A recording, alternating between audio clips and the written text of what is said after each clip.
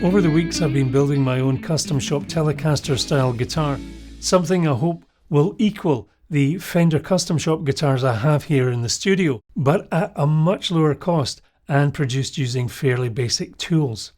Now in part 1 I looked at the foundation of any guitar project, the body and neck, choices available and the reasons why I made the choices I did. In part 2 was sealing, priming, first coat, neck lacquer stage and Danish oil for the fretboard. In part 3, it's time for the body colour and clear coats, placing transfer decals on the headstock along with final coats of amber lacquer.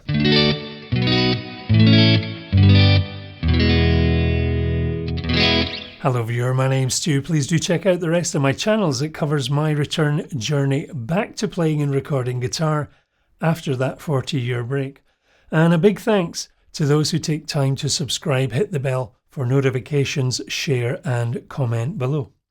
So in part 3 of this video series, coming up, number 1, the body and neck, stages 1 and 2, a very quick reminder. Number 2, spraying the body colour coat, clear coat and setting aside for relicking. Number 3, decals for the headstock, preparation and application. Number 4, final amber lacquer for the neck and headstock. And number 5, conclusion, final thoughts. So without further ado, number 1. Now if you haven't watched parts 1 and 2 and you're new to guitar building, please do watch those, as there's some good information there and advice when choosing a guitar body and neck and preparation for sealing and priming. Having ordered a 3-piece roasted alder tea style body and a custom modified roasted flame maple neck, I did need to check these over for the accessories fitting, and there were small amendments needing done before preparation for sanding, sealer, primer and first amber lacquer coats. The rosewood fretboard was treated in 3 coats of Danish oil over an 18-hour period. Number 2. The colour coat I'll be applying is a nitrocellulose metallic paint, and just to keep you guessing, you're going to need to wait until you see it come out of the actual can. Now I've given a gentle sand to the prime body, which leaves it quite smooth to the touch. Care always needed on the curves and corners. Nitro actually melts into itself, so it does act very differently from other paint materials. Now certainly I wanted to have a good solid even coat of grey primer because I'm using a metallic paint which needs to be applied to an evenly covered surface area, particularly as I'm not using a similar standard paint colour to act as a base for the metallic. Now, there are various methods for doing metallic and other candy or flake finishes, but this is the look that I want to achieve, or at least I hope to achieve. Now I should say, I mentioned that I found the grey primer coverage, it was poor, and I had to buy another can and give the guitar a further 3 coats, leaving it a couple of days before final sanding. Again, warning, those nitro paints are hazardous to your health, so best to wear overalls, gloves, a proper respirator mask, protective glasses and spray in a well ventilated area. Now metallic paint is more tricky to apply, and doing a small test panel is always a good way to get used to what you're dealing with. In this video, it's not about spray paint education, but anyone watching keen on using metallic paint for the first time should do a little homework on how to get the best results. With the guitar up on its hook again, I spray a bit further away than normal for this first coat to help stop clumping together of the silver grains, as I want a nice even metallic spread, working on the horns and edges first and moving alternately up and down and from side to side. So did you get the colour right? This is labelled as a dark metallic pelham blue, and it's pretty much how I'd hoped it would look. This paint isn't a translucent type, which you can get if that's the effect you want, but I'm an old school guy and grey primer was always the go-to when applying a dark paint finish. So once done, I take the guitar out of the spray area, my garage, and hang it in another place, free from all the overspray and in particular the metallic particles that are now in the air. After a final inspection, the second coat then gets applied. Now this is a much wetter application, and it's here that I really need to be careful of runs. Now this stage can be a bit nerve-wracking if you're not doing this every day. For this, I'm spraying much closer to the body.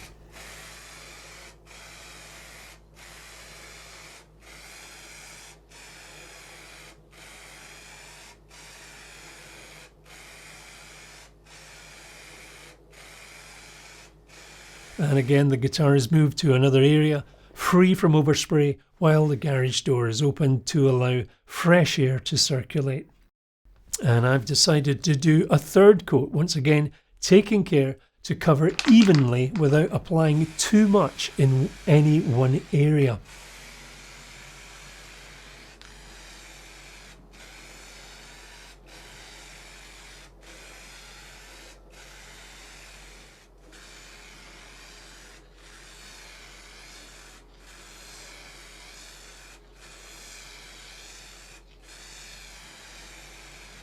And once done, remove the guitar again, waiting 2 hours before a final coat, where I spray from a wee bit further away so as to miss the final coat on, which helps to give an even spread of colour.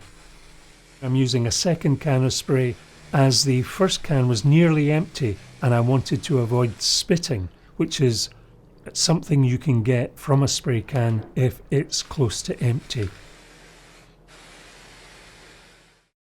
Removing the guitar body again to its safe environment and leaving overnight to settle. So now it's time to seal the colour with a Nitro clear coat lacquer, and that needs to be done with care as the clear coat needs to be sprayed on lightly for the first coat. And the reason for that is so as not to cause the metallic silver particles to come to life and start moving or swimming around as the clear coat melts into the colour coat. Now the manufacturer recommends sanding between coats, but I've never done that with lacquers. So giving it 20 minutes to be touch dry, I gave the body another coat, and this time a little bit heavier.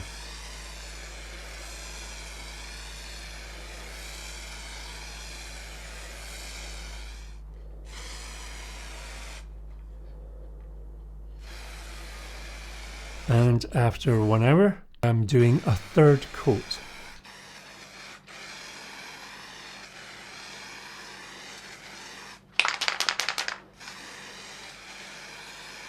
And when finished, again a quick check over, and the guitar is set aside to dry for a week or two before I will begin the relic process. And this is quite involved as I look to bring out the roasted alder where it will show, and there are things that I need to manipulate to help get the effect that I'm looking for. Now a quick note, some manufacturers, their paints may not be compatible with each other, so care needs to be taken, and where possible, best to always order all the materials that you need from one source, but in my case that just wasn't possible. But I did, however, treat the neck and body materials separately. So number 3, decals for the headstock preparation application. Well, you can get translucent paper for both inkjet and laser desktop printers to make your own decals, although there are drawbacks you should be aware of, specifically where the inks are not light fast and they may fade over time, specifically if the guitar is open to a lot of UV light. Now that's just something for you to consider. I mention this as someone that used to work in the design industry, and I knew that problem well. Now for these decals I decided to use a company who specialise in professional high quality guitar headstock transfers, and I received 2 of the main headstock logos and a few copies of the rear serial number decals. And this was actually cheaper than me doing it myself, let alone saving me a lot of time. Now the transfers, they come with full instructions. As you can see, I've gone for a Fender-esque style of logo layout, calling my custom guitar bluebird, given that the guitar is blue and we have many birds in our garden who sing their hearts out in the morning. It seemed appropriate since my hope is to write and record many of my own songs on this guitar. As I prepare for spraying, I get the fingerboard taped up once again to keep it protected. The headstock front and back is given a light rub with 1500 grit paper, wiped clean, and after cutting out the serial number transfer, it's a good idea to do a dry placement to begin, just to see where you think the decal will look best. As per instructions, this is soaked in water. Only takes about 20 to 30 seconds. I rub a little water on the headstock and when ready, slide the transfer into place. Now I actually messed up here, which is why I started with the simple serial number transfer, since they provided me with a number of duplications. You might see that the backing film here has got crumpled, so I just simply took it off and started again. Now much more familiar with the way the transfer actually works. Now once satisfied regarding placement, I gently dab with a paper tissue, easing out any water under the transfer and from around the headstock.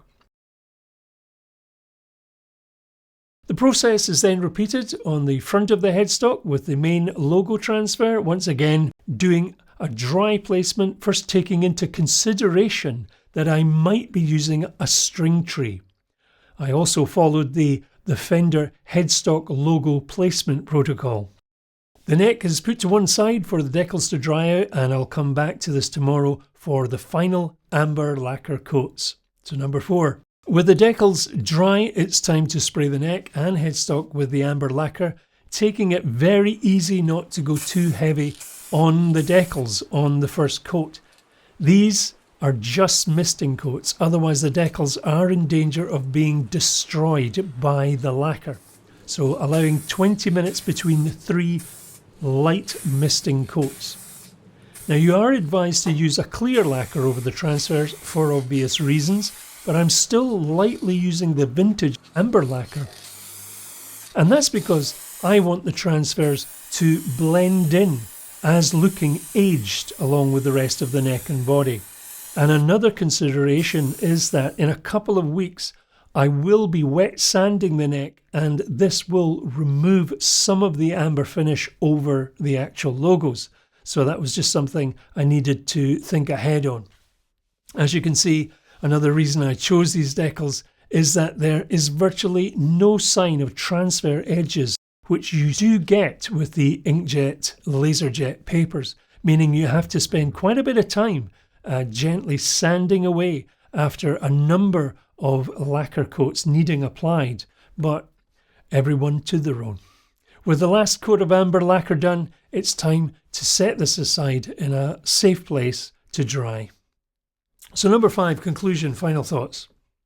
Well, in part 4, I'm going to be preparing metal parts for relicking, where I take both some chrome and nickel accessories to get that aged look and an overview of all the hardware, accessories and electrics needed to complete the build project. And also where I decided to purchase genuine parts and where I saved money on other parts that look every bit just as good. Now, in regard to any thoughts that I might want to share so far, well, again, make sure you have all the materials you need to hand. Be sure regarding spray paint and lacquer compatibility. There are quite a number of paint materials available, each with their own properties. So depending on what you want to achieve, you really do need to do your homework. Do take care of your health. Many of these products are harmful, so do follow safety guidelines. Again, in spraying metallic or any other custom style effect, do your homework and do some tests before committing yourself. You'll be glad you did. And as I found out, using spray cans, I also had to double up on my original paint order. Also, painting can be quite expensive depending on what you're doing, so it really does, it's a subject that needs to be understood and planned out.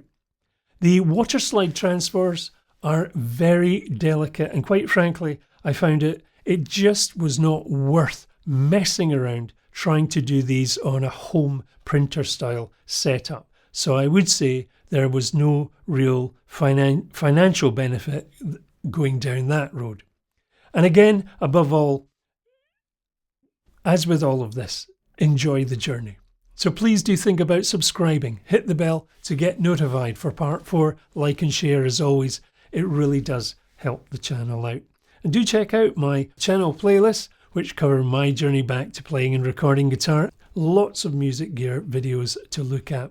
So whether you're a newcomer, an ongoing player like me, an old hand, returning to guitar playing, I always take time to engage with folks who take time to comment. So until next time, the journey continues. Do take care.